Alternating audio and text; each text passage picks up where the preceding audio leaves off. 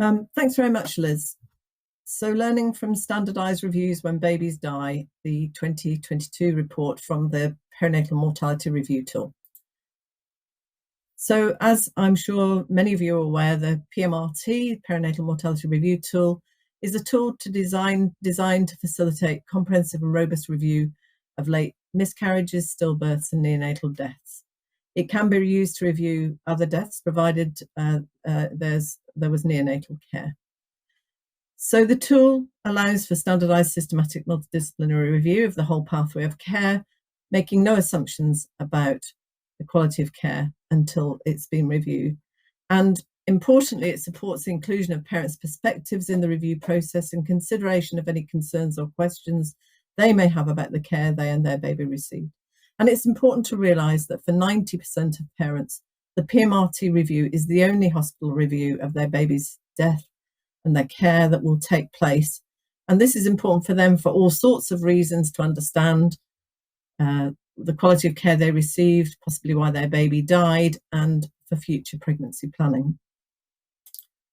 So the PMRT was implemented in early 2018, and since then over 18,000 reviews have been started. And you can see we had the implementation phase, which was reported in the first annual report, embedding in the second, and then of course the third annual report coincided with the first year of the global pandemic. And this, the fourth report, coincides with the second year of the pandemic. But you can see that over time, an increasing number of completed reviews have been published and carried out and published using the PMRT.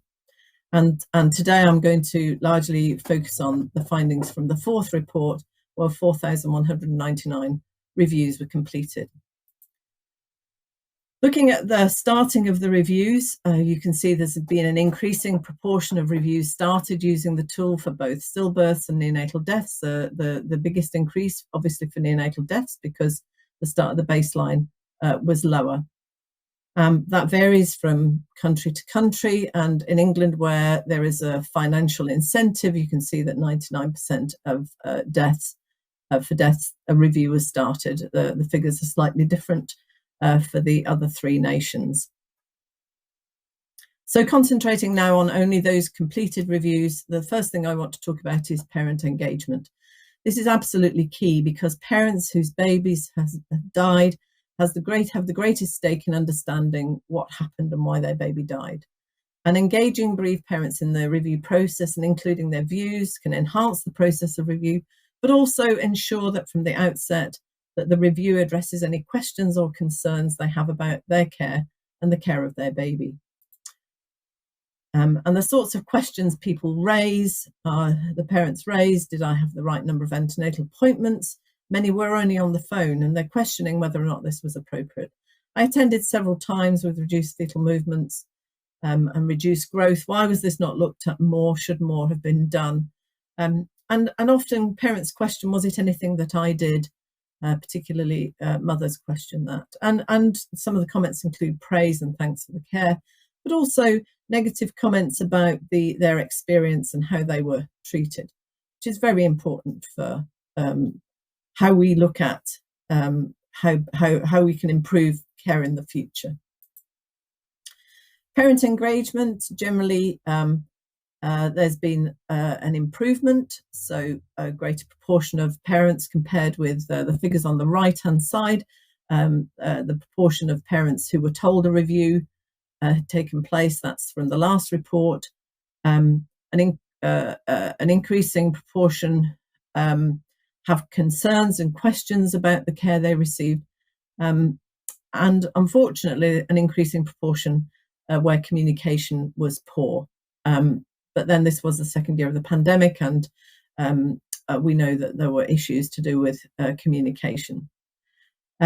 Concerns and questions about management planning has reduced, although concerns and questions about technical aspects of care increased. But overall, those two proportions added together are very similar. So those are the sorts of questions that parents are commonly asking.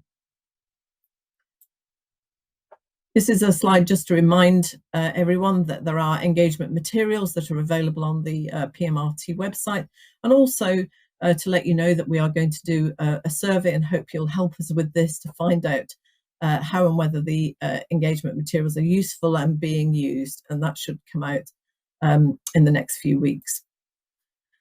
So we know that multidisciplinary review improves the quality of the review, and each participant in a review should be recorded in the PMRT, and we do provide guidance about who should be at the review, and we provide figures about the minimum as well as the ideal.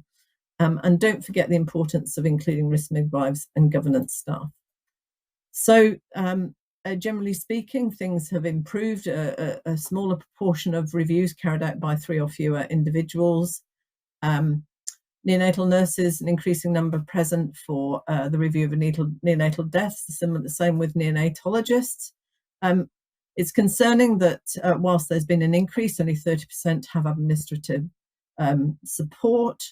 And the proportion of reviews where the risk manager or governance team member is present has only increased slightly. But one of the really good improvements is that external panel members being present has increased from about 1 in 5 to 1 in 3, 34%. So issues with care. At least one issue with care was identified in 19 out of 20 reviews.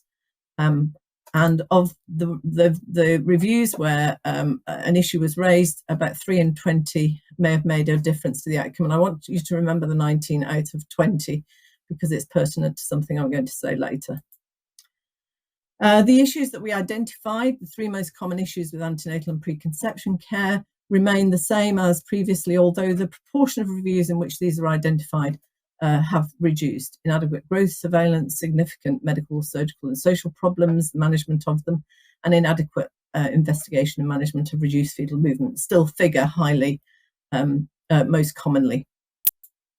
During labour and birth, again, the proportions of reviews where this was identified has reduced, but they are the same: fetal movement monitoring in labour, staffing issues on labour ward, assessment of maternal risk assessment, and maternal risk status and maternal monitoring in labour.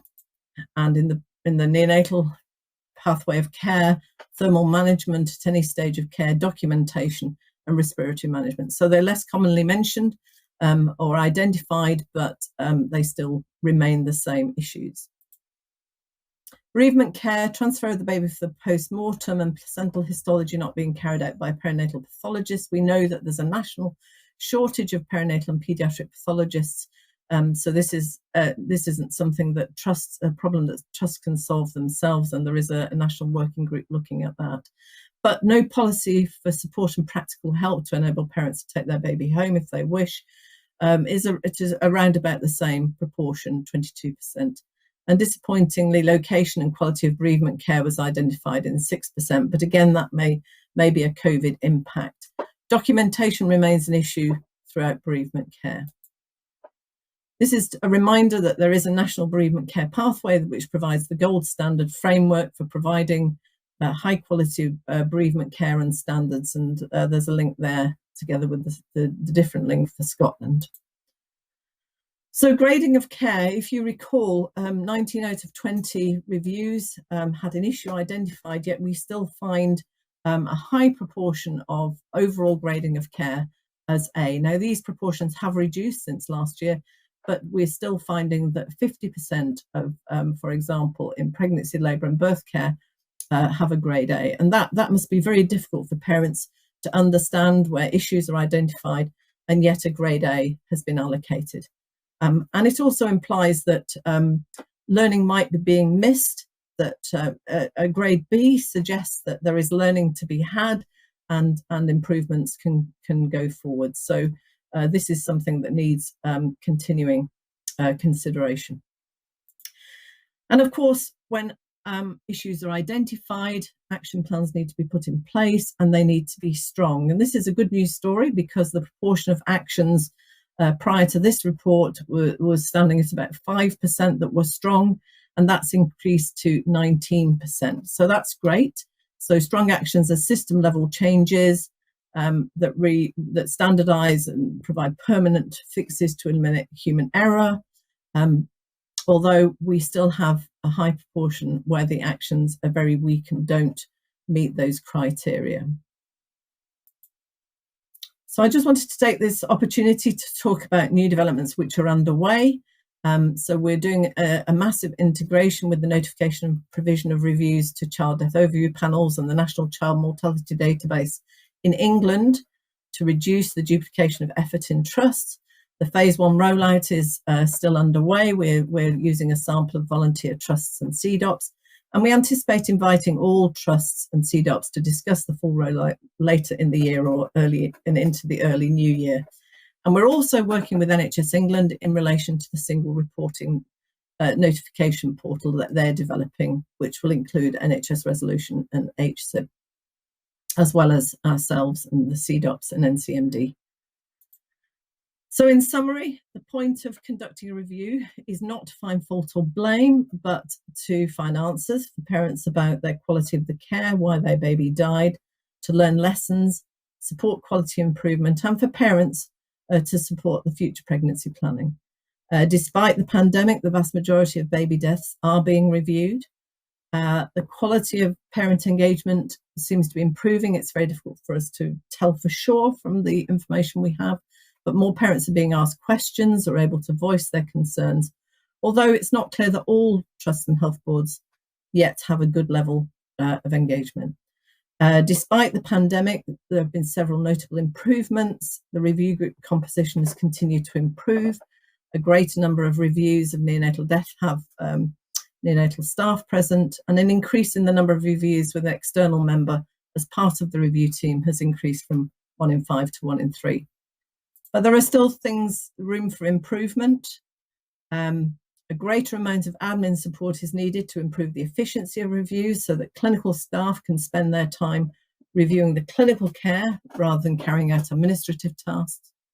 We need to continue to improve on the membership of review groups, and importantly, the strength of actions. The vast majority are still weak, and it's important that those actions are reviewed and strong actions are put into place. So this report, alongside the downloadable local summary reports that you can generate within the PMRT, provides helpful insights into areas that require improvement and can provide the basis for prioritisation. So our recommendations are to evaluate the approach to parent engagement, ensuring that staff are trained and use the available engagement materials, that there's adequate resourcing of the review teams, adequate resourcing to ensure the involvement of independent external professionals in the review teams, to use the local summary reports and this national report as the basis to prioritise resources for care and quality improvement activities, and finally to develop strong actions targeted at system level changes where action is required. I'd like to acknowledge the funders, the members of the collaboration on whose behalf I'm speaking today, and also the original group who we got together to develop the tool in the first place, and particularly the system users who continue to contact us with suggested improvements for the tool. We're very grateful to everyone. Thank you very much.